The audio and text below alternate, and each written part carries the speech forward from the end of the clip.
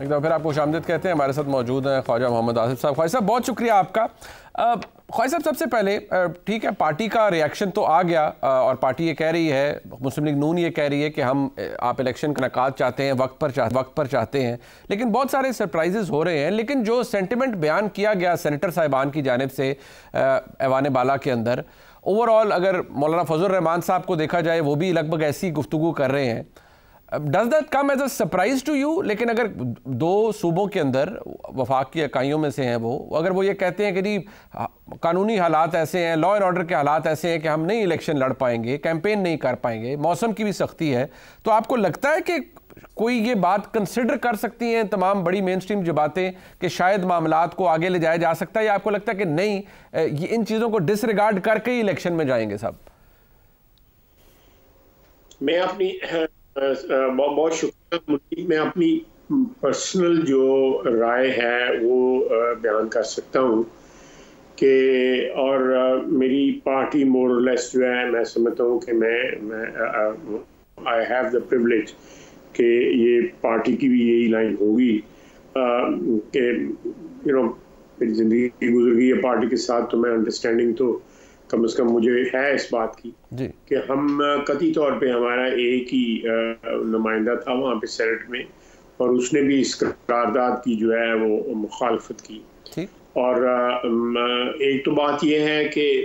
14 का हाउस हो और उसमें एक करारदाद पास हो, मैं समझता हूँ कि हम पार्लियामेंटेरियंस जो हैं क्यों इनवाइट करते हैं अपने ऊपर क्रिटिसिज्म, और जिस किस्म की हमारी तारीफ और कसीदे हमारे लिए गाए जाते हैं मीडिया के ऊपर, आज से नहीं कई सालों से, कई दहाइयों से, वो फिर सही साबित हो जाते हैं कि ये लोग जो है ये मैं I don't want to use any word जिससे मैं अपनी बरादरी को जो है वो उसकी कॉम्प्रोमाइज करूं, उनका इज्जत और वक़ार जो है, ठीक है, लेकिन ये बातें जो है ये चीज़ें जो है ना हमारी बरादरी की, पार्लियामेंटेरियंस की, सियासतदानों की बरादरी जो है उसकी मैं समझता हूँ कि क्रेडिबिलिटी जो है कॉम्प्रोमाइज करती है। ठीक, 14 का हाउस जो है वो इस किस्म की करारदाद पास करे, एक इलेक्शन जो है जो नहायत ज़रूरी है, पिछले 2 दहाइयों से टाइम पे इलेक्शन जो है हो रहे हैं, एक रवायत सेटअप की है अगर सियासतदानों ने, तो उस रवायत की आप पास करें, उसकी इज्जत करें, और इलेक्शंस को इस तरह अगर कहा गया कि जी मौसम ख़राब है या सर्दी ज़्यादा है या लॉ एंड ऑर्डर सिचुएशन है, अब मैं क्या मिसालें दूँ, 2 दिन से ये मिसालें दी जा रही हैं। बरतानिया ने अपनी दूसरी जंग अजीम के दौरान इलेक्शन करवाए, ईरान ने 3 इलेक्शन जो है इराक के साथ जंग के दौरान करवाए, तो ये बातें जो हैं वो पंजाबी की एक मिसाल है, मुनासिब नहीं है कि मैं आपको सुनाऊं, मैं अलहदा प्रोग्राम के बाद जो है ना जरूर नहीं मैं ज़रूर मुस्तफ़ीद होना चाहूँगा। ख्वाजा साहब ये भी फरमाइएगा, अब जब सानिहा 9 में हुआ, आप हुकूमत में थे, आप वज़ीर दिफा थे, बहुत कुछ आपने अपनी नज़रों के सामने देखा, आंखों के सामने। कौमी सलामती कमेटी की मीटिंग भी हुई, मुतअद्दिद दफ़ा आप मौजूद थे। अभी रिसेंटली 7 माह हो गए पूरे उस अंदोनाक वाक़े को। अब एक नई कैबिनेट कमेटी बनाई गई है और उसके अंदर ये कहा गया है जी एक दफ़ा फिर से कि जी हम आइडेंटिफाई करेंगे role of mastermind, planners, facilitator and executors and so on. वो एक 4-5 पॉइंट्स का टर्म ऑफ रेफरेंस है। सवाल ये है कि 7 महीने के अंदर क्या ये बात फिर आप अपने ऊपर, यानी उस हुकूमत के ऊपर जिम्मेदारी लेते हैं कि आप कुछ नहीं कर पाए, और फिर अब निगरान हुकूमत को ये करना पड़ रहा है, जो कि बेसिकली देखा जाए तो उनका मैंडेट भी नहीं, वो निगरान है, उनके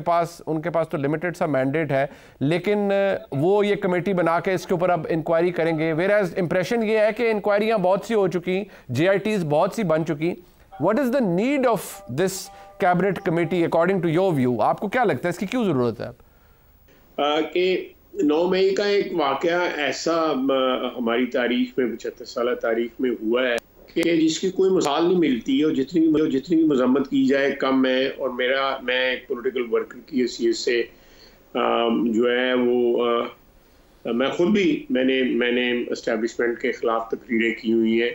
जनरल मुशर्रफ उस वक्त चीफ एग्जीक्यूटिव थे, प्रेसिडेंट थे, आर्मी चीफ थे, चीफ मार्शल एडमिनिस्ट्रेटर थे, मैंने उस वक्त तकरीरें की। लेकिन इस किस्म की कोई मेरे ज़हन में कभी शायबा भी नहीं आया था कि ये दिन आ सकता है और इस किस्म की ज़बान बोली जा सकती है। जो पीटीआई के वर्कर्स ने जो कुछ किया उस दिन, उनके एमएनएस ने, उनके लीडर ने, इमरान खान ने, उनके आम वर्कर ने, चाहे वो लाहौर था या पिंडी था या डिफरेंट लोकेशंस, फैसलाबाद था, मियांवाली था, चकदरा था, मर्दान था। तो ये इस किस्म के वाक़यात जो है ना, वो आप एक्सपेक्ट कर सकते हैं कि कोई मुल्क दुश्मन अनासर जो है ना वो इस किस्म का वाक़या करेंगे। जब आपको पता है बैसियत, उस वक्त आप डिफेंस मिनिस्टर थे with ample experience, everybody knows, कौमी सलामती कमेटी को पता था, JITs बन चुकी थी, 7 महीने बड़ा काम हुआ है, तो फिर अब इस कमेटी ने क्या तलाश करना है? इसका मकसद तो जो नज़र आ रहा है वो, और मैं आपको बता देता हूँ, वो यही इंप्रेशन क्रिएट किया जा रहा है कि जी ये मुस्लिम लीग नून की बार बार डिमांड के ऊपर ये किया गया है कि जी 9 मई के हवाले से कुछ नहीं हो रहा। इरफान सदीकी साहब हों, आपके और कोलीग्स हों, हर कोई कह रहे हैं जी 9 मई के हवाले से कोई फैसला नहीं हो रहा, 9 मई के हवाले से फैसला नहीं हो रहा है, हैंस ये कमेटी बनती है और इसको अब जो रिकमेंडेशन होगी उसके नतीजे में मजीद तहरीक इंसाफ का नातका बंद होगा। That is the impression. नहीं, मुझे इस बात का कतई तौर पे इल्म नहीं है कि मेरे कोलीग्स ने कोई इस किस्म की डिमांड की है। हो सकता है इरफान सदीकी साहब ने कहा हो, लेकिन मेरे किसी और कोलीग ने इस किस्म की डिमांड नहीं की। लेकिन ये ज़रूर है कि मैं इस बात को कहता हूँ कि 9 मई के जो अकाउंटेबिलिटी है वो ज़रूर होनी चाहिए, लेकिन उसका जो क्या कहते हैं, अगर कोई शख्स जो है ये अज्यूम करे कि जी ये हमको इलेक्शंस के लिए कर रहे हैं, नहीं, मैं समझता हूँ एज ए पाकिस्तानी जो है, एज ए पॉलिटिकल वर्कर जिसका सियासत में जो है अल्लाह ताला ने ऐसा मुकाम दिया हुआ है कि जो मैं परहैप्स डिजर्व भी नहीं करता, और वो I owe it to my country and the people of my country. आज भी मरियम औरंगजेब साहब फरमा रही है ना कि आर्टिकल 6 लगना चाहिए उन लोगों पर जिन्होंने फौजी तंसीबात के ऊपर हमला किया, सब कुछ मरियम औरंगजेब साहबा ने कहा है, आज कहा है सर। सो अब ये रिपीटेडली आपने ना फरमाया हो, लेकिन आपके कोलीग्स तो कह रहे हैं और बार बार एक ही पॉइंट कि जी कुछ हुआ ही नहीं, हमने भी कुछ नहीं किया, यानी PDM की हुकूमत ने, और अब भी कुछ नहीं हो रहा उन लोगों के खिलाफ जिन्होंने 9 मई किया है। So this comes as if कि जी ये शायद उस डिमांड के जवाब में ये नोटिफिकेशन है और ये कैबिनेट कमेटी है। सर नहीं, मैं इस assumption के साथ जो है रिस्पेक्टफुली डिसएग्री करता हूँ कि अगर इरफान सदीकी साहब और मरियम औरंगजेब साहबा जो ये बात कह रही हैं, ज़रूर उनका एक ओपिनियन है और मैं समझता हूँ कि कहना भी चाहिए कि भाई अगर ये एक चीज़ जो है इस तरह स्कॉट फ्री गई और इसकी अकाउंटेबिलिटी ना हुई, ये चीज़ें जो होती हैं ना, ये एक ऑ होता है, इंस्टीट्यूशनल ऑ होता है, या किसी चीज का एक ऑ होता है, एक रिस्पेक्ट होता है, एक डिग्निटी होती है। जब वो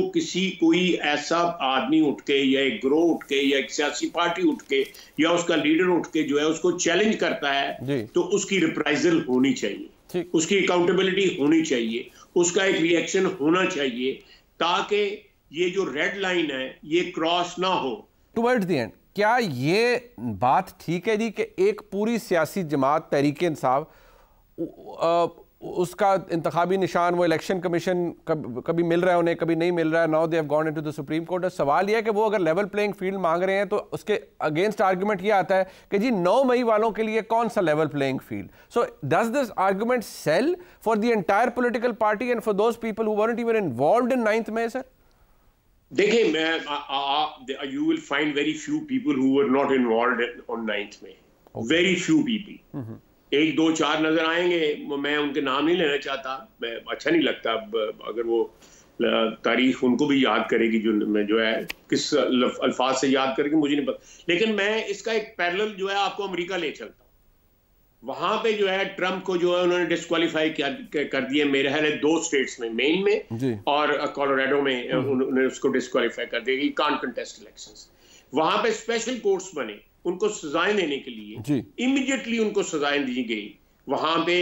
एक को जो कुर्सी पे बैठ के टेबल के ऊपर जिसने टांग रखी थी उसको 18 साल उन्होंने सजा दी, और वो डेकोरेटेड सोल्जर है उनका, जिसने अफगानिस्तान में और इराक में दोनों जगह उनको टाइम। तो ये देखें, जो जबान उसने बोली, ट्रंप ने बोली, वही जबान यहाँ पे उर्दू में या पंजाबी में बोली गई। बल्कि मैं समझता हूँ कि उससे कहीं ज्यादा लाइनें क्रॉस हो गई। लेकिन अमेरिकन सिस्टम जो है, आप उनकी डेमोक्रेसी को, मेरा मतलब डीप स्टेट वहां भी गया है, उसको चैलेंज कर सकते हैं, उनकी डेमोक्रेसी को चैलेंज कर सकते हैं, लेकिन हमसे कहीं ज्यादा उनकी डेमोक्रेटिक ट्रेडिशंस हैं। अगर वहां पे अकाउंटेबिलिटी इतनी सख्त किस्म की हो रही है इस वाक़े की, जो जनवरी 2000 मेरा ख्याल है 20 की बात है, 2020 का, तो यहाँ पे इस मुल्क में जहाँ पे फ्रिजिलिटी है, ऑलरेडी फ्रेजाइल है हमारी सिचुएशन जो है, अगर हमारी सिक्योरिटी भी फ्रेजाइल हो गई तो फिर तो रियासत का रहने का जो है एक क्या कहते हैं रीजन ऑफ बीइंग जो है, रीजनदारी जो है ना, वो खत्म हो जाएगा। बिल्कुल ठीक, बिल्कुल ठीक। बहुत शुक्रिया जनाब ख्वाजा साहब, आपने वक्त दिया।